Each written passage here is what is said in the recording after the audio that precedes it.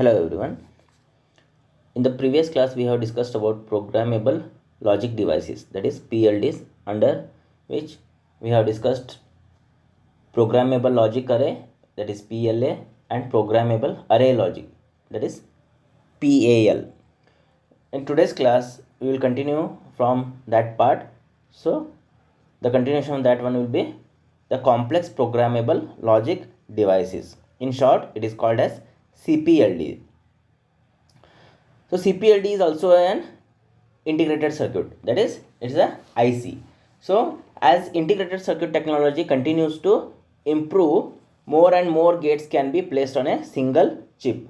As the VLSI technology, it shrinks again and again, so n number of transistors or gates can be placed in a single silicon chip. That's why the integrated circuit technology continues to improve and many more gates can be placed on a single silicon chip. So this is going to be allow the development of the CPLDs, that is complex programmable logic devices.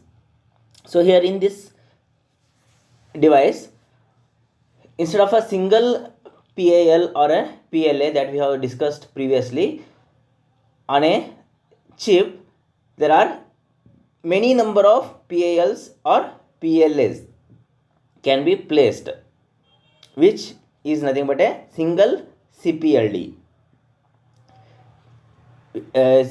chip and interconnected.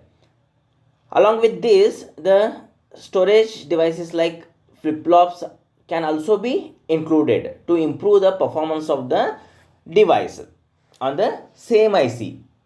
So it is nothing but a small complete digital system. That means a CPLD itself will be acts as a computer system. So it's a small digital system that can be implemented with a single CPLD device. So this is what the CPLD or complex programmable logic device is capable of. So this is the diagram, the block diagram or architecture of a Xilinx XCR3064XL CPLD. So this is a figure that is based on a figures and text owned by the Xilinx. Xilinx is the name of the company. It provides the software as well as service to the CPLD and Fpga. So this is one of the integrated circuit, its architecture diagram. So this figure shows the basic architecture of the mentioned CPLD. So here, as you can see from the figure, the CPLD has a 4 functional blocks, that is function block 1, 2, 3 and 4. There are 4 functional blocks and each block has some 16 macro cells. So that MC1, MC2 up to MC16 that is shown in the figure, they are nothing but the macro cells. Macro cells are nothing but they are made up of logic gates or leaf cells. So they are called as macro cells, beyond which it cannot be further divided. So each functional block is a programmable and or array that is configured as a PLA. So in the previous class we have discussed about the PLA, in which both AND array as well as OR array are programmable. So here each functional block is a programmable and OR array that is going to be configured as a or is used as a PLA. So as you can see from the figure, there are 36 input lines are going to the functional block, each functional block. That means one MC1 makes use of 2 lines. So 16, one MC1 MC1 to MC16. So there are total 36 inputs they are going. One in the complement form, another one is in a normal form. So each macro cell contains a flip-flop and a multiplexer that is going to route signals from functional block to the input and output lines. So as you can see from the figure, there is a block called as IO block. So that IO block is nothing but a input output block. So here each macro cell contains a flip flop and a multiplexer. So the multiplexer is not shown in the figure here, but they are going to exist here, flip flops and multiplexer, that route the signals from the functional block to the IO block or input output block to the interconnect array or to the interconnect array. So the middle one, the interconnect array or IA is shown. So as you can see from the figure, from the functional block it routes either to the IO block or to the functional block or to the interconnect array. Similar to that one, IO also, it is going external to the input or output pin, or it is again coming back to the interconnect array. So that means the IA or the interconnect array selects signals from the macro cell outputs or IO blocks and connects them back to the functional block inputs. So therefore a signal generated on one functional block can be used as an input or any other functional block.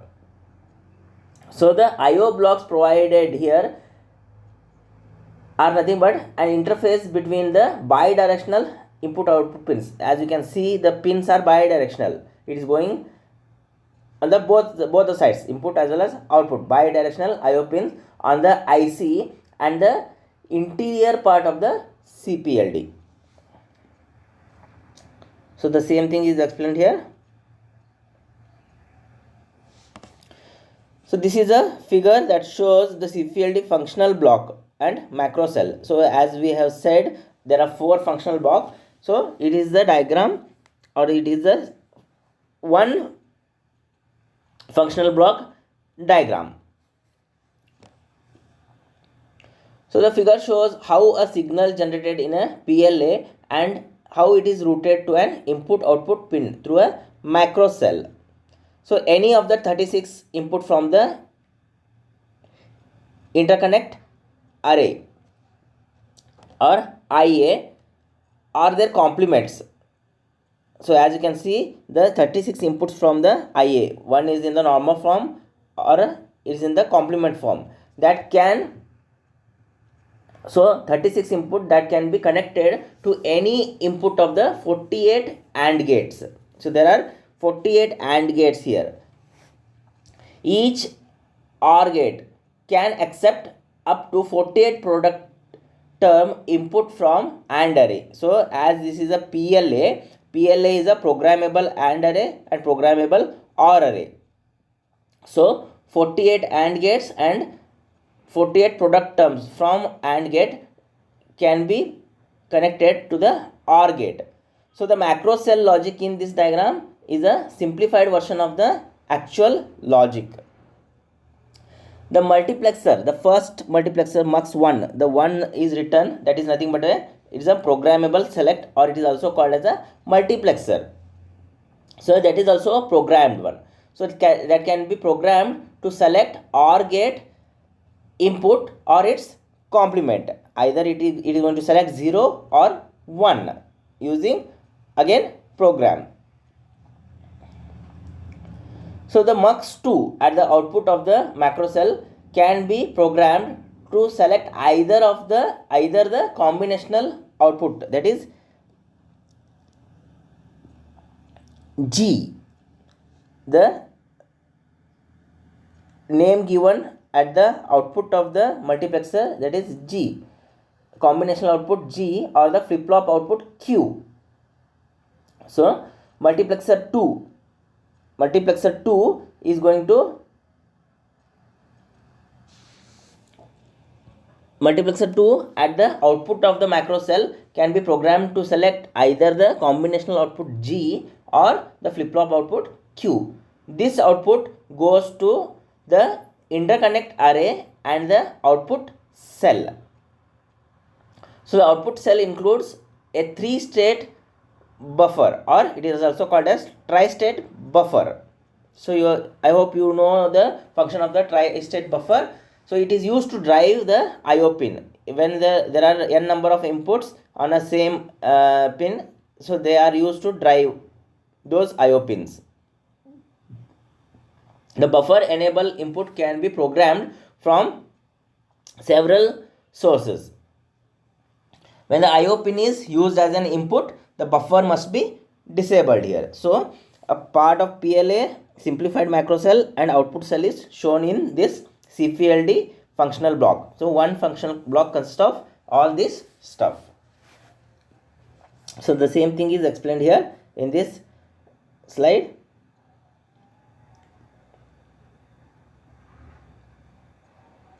So the sophisticated CAD software is available for fitting logic circuits into a PLD for programming the interconnect within the PLD, that is programmable logic devices. So the input to this software can be several forms, such as logic circuit diagram, a set of logic equation, or the code that is written in a hardware description language, that is HDL. So the HDL you are going to study it in the 5th semester, that is hardware description language. So a CAD software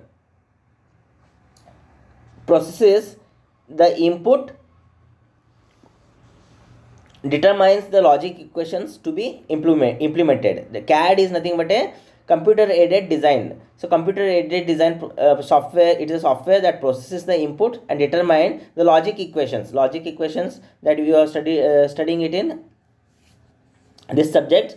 So such logic equation can be implemented which fits these equation into the programmable logic device, and that determines the required interconnections within the PLDs and generates a bit pattern for programming the PLD. The next one is the FPGA, that is field programmable gate array. So short form for field programmable gate array is FPGA. So this is again a higher version of the previous whatever we have discussed, that is PLDs and Cpld. So PLDs and Cpld consist of some higher number of gates, flip-flops, but here these FPGA field programmable gate array is an IC that contains an array of identical logic cells with programmable interconnect. So this FPGA, the use of FPGA in a combinational logic design. So an FPGA is an integrated circuit that contains an array, means the similar kind of structure, identical logic cells will be available, all they are programmable interconnections. So the user can program the functions realized by each logic cell and the connection between the cells. So here in the next slide there is a figure that shows the layout of a part of typical FPGA.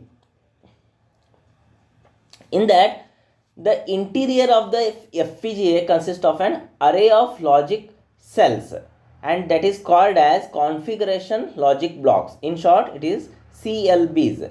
So the interior part of the FPGA that consists of an array of logic cells, those array of logic cells are called as configuration logic blocks or CLBs. So the array of CLBs is surrounded by a ring of input output interface blocks, so that we will see the figure. So these IO blocks connect the CLB signals to the IC pins. So the space between the CLBs is used to route connections between CLB outputs and inputs. So here this is a figure that shows a typical layout of a typical FPGA. So as you can see from the figure, it consists of a configuration logic blocks. It is shown with the arrow mark, configuration logic blocks. All those are configuration logic blocks, and they are all are identical CLBs and they are arranged in a array. So these, the array of CLBs surrounded by a ring of input and output. Above and left side you can see there are some again blocks are there, IO blocks. So those are nothing but the input and output blocks. So they are arranged in a ring fashion. So these IO blocks connect the CLB's signals to the IC pins. So from the CLBs it takes the line and connect it to the external IC pins. So the space between the CLBs is used to route the interconnections between the CLB output and input.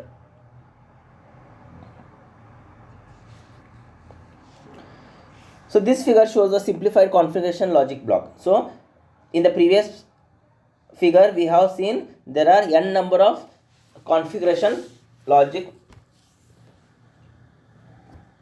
blocks, CLBs. So we are going to choose one CLB out of that and we are going to explore that CLB. So that looks like this figure.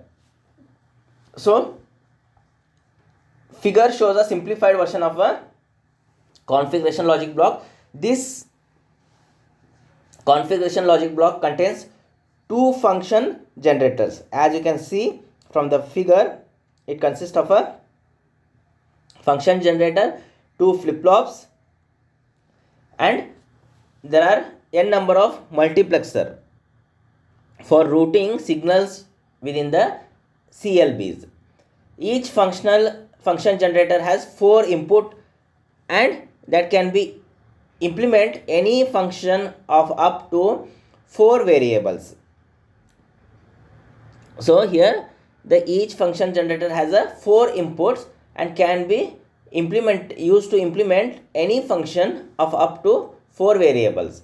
So the function generator are implemented as a lookup tables, LUTs. So lookup table that is going to hold some fixed values, or it is used as a storage. A 4 input LUT or a lookup table is essentially a programmable ROM, or it is a reprogrammable ROM. Again and again you can program it. ROM is nothing but a read only memory that holds the information with a 16 1-bit words. So this ROM stores the truth table for the function being generated. So whatever the truth table is going to be generated, that is going to be stored in this read only memory. So the H multiplexer selects either F or G depending upon the value of H1. The CLB has 2 combinational output, X and Y. So the X and Y are the outputs here, and 2 flip-flop outputs are also present here, that is XQ and YQ are the flip-flop outputs. So the X and Y output and the flip-flop inputs are selected by the programmable multiplexers. So multiplexers are shown with the star mark. So those are the multiplexers. The select input to these multiplexers are programmed when the Fpga is configured. For example, X output can come from F functional generator and Y output from the H multiplexer. So the same thing is explained here in this slide. So this figure shows one-way implementation of a function generator with inputs A, B, C, D. So the number in the square. So this is a one-way implementation of a functional generator, that is implementation of a lookup table, LUT. The number in the square represent a bit stored in the lookup table here. These bit enable the particular mean terms, because the function being implemented here is stored as a truth table. So a function with only one mean term or with as many as 15 mean terms requires a single function generator. The functions f is equal to a, b, c.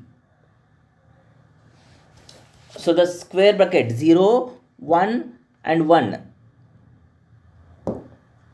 is applied here along with some functions.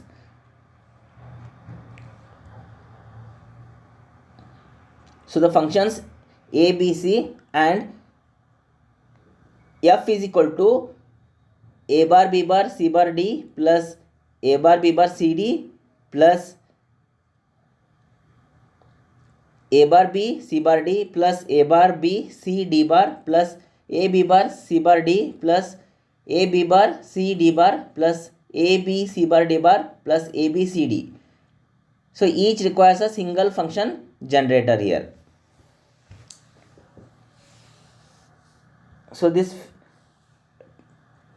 lookup table, it is a 4 variable lookup table a, b, c, d.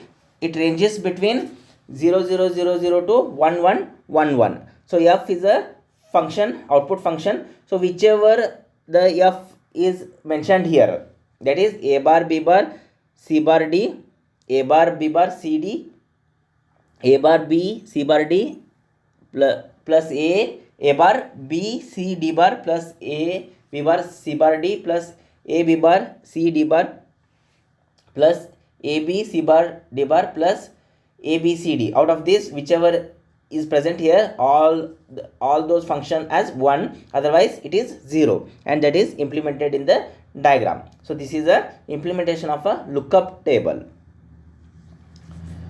Thank you for watching the video.